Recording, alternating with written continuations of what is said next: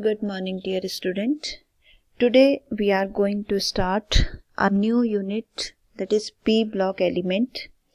Before starting P block element, first of all we will do periodic table. We have to understand periodic table. So I am starting with periodic table. As you know that in modern periodic table there are 7 periods and 18 groups.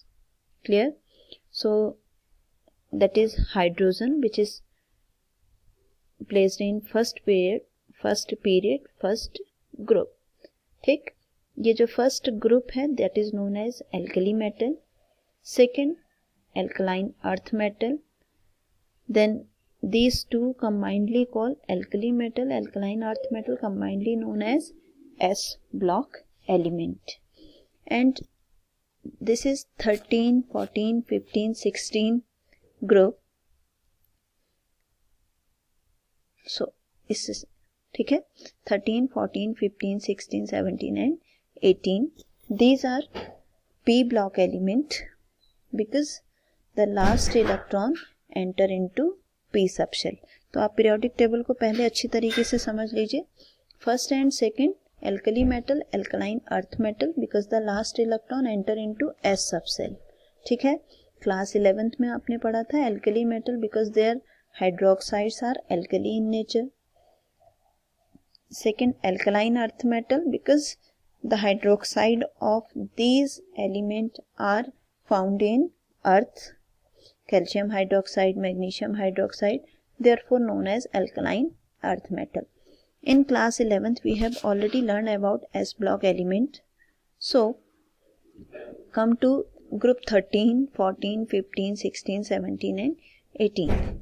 These are P block element because the last electron enter into P subshell. When we write the electronic configuration P1, P2, P3, P4, P5 and P6, group 18 is noble gases, that means inert gases, and 17 is halogen.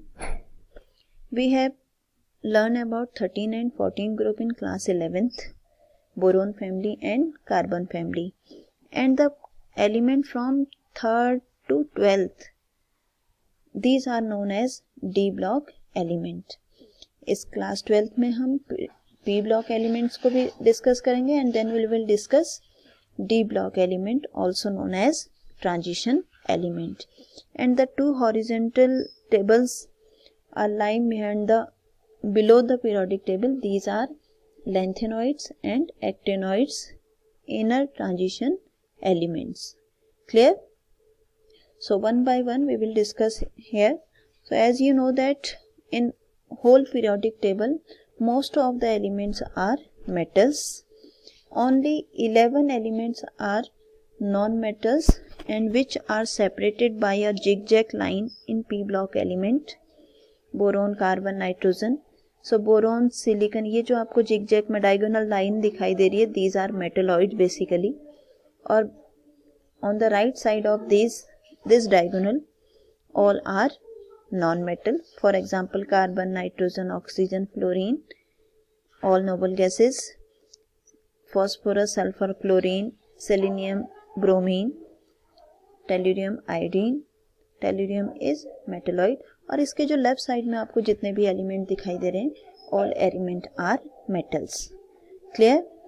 तो यहाँ पे आपको पता है कि only metal which exist in liquid state, that is mercury, जो mercury है. बाकी सारे metals जो हैं वो solid में exist करते हैं. And all the non metals are basically gases. Some are solids, जैसे carbon is solid, phosphorus is solid. Only non metal which exist in liquid, that is bromine. So these are the small points which you have to remember. So before starting P block element you must know about the periodic table.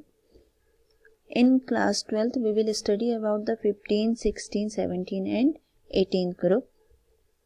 First of all the basic characteristic we have to study that orbital being field. जो periodic table में first और second है, कौन कौन से इसमें orbital fill हो रहे हैं यहाँ 1s 2s 3s 4s 5s 6s 7s। ये बीच में जो है यहाँ d ऑर्बिटल फिल होता है 3d 4d 5d and 6d। और यहाँ जो ऑर्बिटल फिल होता है वो p ऑर्बिटल है 2p 3p 4p 5p and 6p। और नीचे आपके f ब्लॉक एलिमेंट हैं तो यहाँ पे फिल लास्ट इलेक्ट्रॉन 4f में, यहाँ 5 इलेक्ट्रॉन में इसमें फिलिंग होती है इलेक्ट्रॉन्स की। ऑर्बिटल्स आपको इस तरीके से ध्यान रखने हैं, ठीक है। फिर again the configuration, then melting points, these are some properties which we have discussed in class 11। सबसे पहले melting point, आपको जैसे पता है melting point depend upon the intermolecular forces। तो नॉर्मल सी बात है कि जिन ऐसे एलिमेंट्स जहाँ पे इंटरमोलिकुलर फोर्सेस स्ट्रॉन्ग होंगे मेल्टिंग पॉइंट भी उनका ज़्यादा होगा। फॉर एग्जांपल अगर हम एस ब्लॉक एलिमेंट की बात करेंगे तो मेल्टिंग पॉइंट आप देखिए हाइड्रोजन से अगर सीजियम तक जा रहे हैं तो मेल्टिंग पॉइंट डिक्रीज होता जा रहा है बिकॉज द साइज इंक्रीज होगा तो इंटरमोलिकुलर फोर्सेस जो हैं वो वीक होते चले जाएंगे, देयरफॉर मेल्टिंग पॉइंट उनका डिक्रीज होता चला जाएगा। बट यही केस यहाँ पे नॉन मेटल के केस में आप देखेंगे, नॉन मेटल के केस में इंक्रीज होता है बिकॉज यहाँ पे वैन डर वाल्स फोर्सेस जो हैं वो डायरेक्टली प्रोपोर्शनल होते हैं साइज के। साइज इंक्रीज होगा तो वैन डर वाल्स फोर्सेस भी इंक्रीज हो जाएंगे जिसकी वजह से मेल्टिंग पॉइंट इंक्रीज हो जाएगा, ठीक। मेटल्स के केस में आता है मेटेलिक बॉन्ड, नॉन मेटल्स के केस में आता है van der Waals forces. Metallic bond is inversely proportional to size and van der Waals forces are directly proportional to size, ठीक। ये चीज आप ध्यान रखेंगे। इसके बाद नेक्स्ट आता है density. Density also depend upon size and mass. तो जितने भी हैवियर एलिमेंट्स हैं उन हैवियर एलिमेंट्स की डेंसिटी ज़्यादा होगी, ठीक। इसके बाद इलेक्ट्रोनेगेटिविटी एक टर्म हमने पढ़ा है। Electronegativity means the tendency to attract the shared pair of electron. Shared pair को अपनी तरफ अट्रैक्ट करने की जो टेंडेंसी है दैट इज इलेक्ट्रोनेगेटिविटी। जब हम पीरियोडिक टेबल में राइट साइड जाते हैं यानी कि पी ब्लॉक एलिमेंट में, so these are most electronegative element, जिसमें हम फ्लोरीन को कहते हैं। Fluorine is considered to be the most electronegative element of periodic table, ठीक। इलेक्ट्रोनेगेटिव फ्लोरीन है और इलेक्ट्रोपॉजिटिव सीजियम है, जिससे आपको ट्रेंड जानने के में आसानी होगी, ठीक है। तो ये चीज़ आपको पता होनी चाहिए कि इलेक्ट्रोनेगेटिविटी राइट साइड में ज़्यादा होती है, इलेक्ट्रोपॉजिटिविटी लेफ्ट साइड में ज़्यादा होती है, ठीक। इलेक्ट्रॉन फिलिंग हम पढ़ चुके हैं।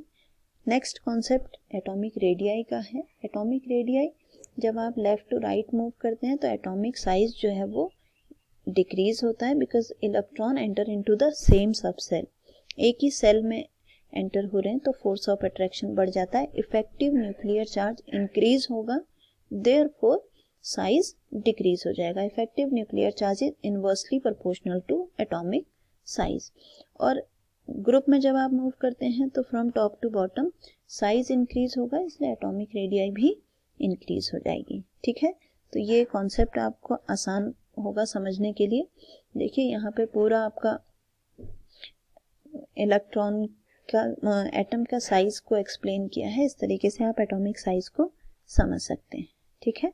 ये ionic radii and atomic radii. Next term है आयनाइजेशन एनर्जी। आयनाइजेशन एनर्जी जो है वो इनवर्सली प्रोपोर्शनल होता है साइज के। साइज ज़्यादा होगा then ionization energy means the energy required to remove the outermost electron from the gaseous atom. उसमें से आउटर मोस्ट इलेक्ट्रॉन को निकालने के लिए जो एनर्जी की जरूरत है। So these are basic term which we have already learn in class 11th। तो उसी को यहाँ पे मैंने थोड़ा सा डिस्कस किया है। फर्स्ट आयनाइजेशन एनर्जी मीन्स पहले इलेक्ट्रॉन को रिमूव करने के लिए जो एनर्जी रिक्वायर्ड है, और सेकेंड आयनाइजेशन एनर्जी का मतलब सेकेंड इलेक्ट्रॉन हमेशा ज़्यादा होगी, फर्स्ट से ज़्यादा होगी सेकेंड, बिकॉज कि ऑलरेडी पॉजिटिव जब एक इलेक्ट्रॉन हमने निकाल दिया तो वो ऑलरेडी पॉजिटिवली चार्ज हो गया, तो सेकेंड इलेक्ट्रॉन को निकालने के लिए हमें और ज़्यादा मेहनत करनी पड़ेगी, दैट मीन्स और ज़्यादा एनर्जी रिक्वायर्ड होगी, ठीक। सो बेसिकली अब इतना ही हम पढ़ेंगे इसमें, क्योंकि फिर हम स्टार्ट करेंगे पी ब्लॉक एलिमेंट में nitrogen family which is very important. So tomorrow we will discuss nitrogen family in P block elements. Clear बच्चों? बाकी अगर आपको इसमें पीरियोडिक टेबल में कोई भी चीज़ डाउट हो, आपको इसको पूरा लर्न करने की ज़रूरत नहीं है, आपको सिर्फ इसमें कुछ कुछ मेन एलिमेंट हैं जिनको आपको याद रखना पड़ेगा, वो भी उनकी पोजीशन। ठीक है बच्चों, थैंक यू।